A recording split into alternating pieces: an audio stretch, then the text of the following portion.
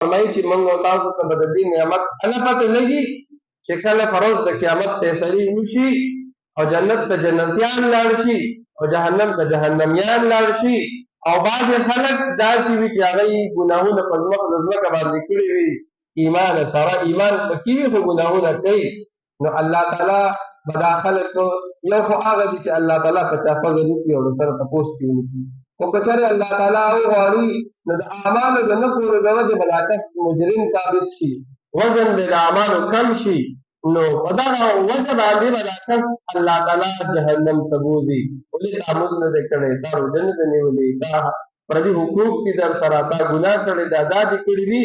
نو فرشتې به جهنم ته بوځي او ویره مسلمان چې کله دې جهنم ته داخل کړي نو هلته کې به ورپورې کافران خاندي بیا کافران به ورپورې خاندي چې موږ خو کلمه نه وي موږ په اسلام کې نه داخلېدلو موږ په ایمان نه راوړو نو که موږ جهنم ته د اور ته رالو نو دا زموږ د اعمالو وجه ده چې موږ دا سره الله منلی نه دی ته وجه ستاسو او تا خو په دنیا کې وي ځان ته د مسلمان وي او ایمان والا دی اسلام کې داخل وي او بیا موږ هم د جهنم په اور کې پراته او ته هم د جهنم په اور کې پروت یې نو ما او تا کې فرق څه شي نو الله تعالی چې کله فیصله د دې وکړي او د دې چې کومه ګناهونه کړي دي د هغې وخت او د هغې سزا ختمه شي او الله تعالی اعلان وکړي دې ته چې ته راځه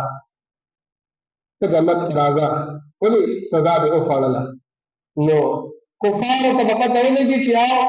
موږ خو ایمان نه و راوړی نو زموږ سزا اوس دا ده چې بس مرګ شته نه نو بس پراته به یو دلته کې چې څومره بس ژوند هغه مرګ نشته نو بس تر اخره پورې به پراته یو د جهنم په اور کې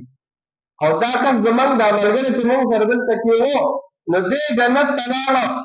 او دې چې دی نو د دې عذاب نه خلاص شو نو ده سره هغه یو وجه دا وه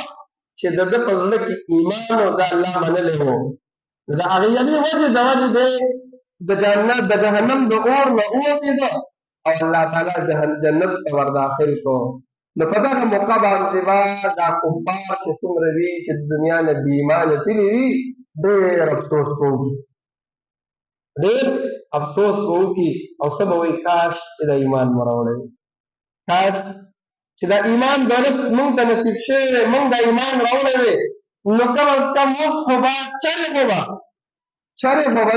د جهنم د اور نه وتېری کړه نو موږ اوس همیشه پراته یو نو خبره مې دا کوله چې ګوره دا ایمان ډېر لوی نعمت دی چې الله تعالی موږ د تاسو نه راکړی دی چې په دې د زړه نه خوشحاله شو او رسول الله یو قیرانه موقع باندې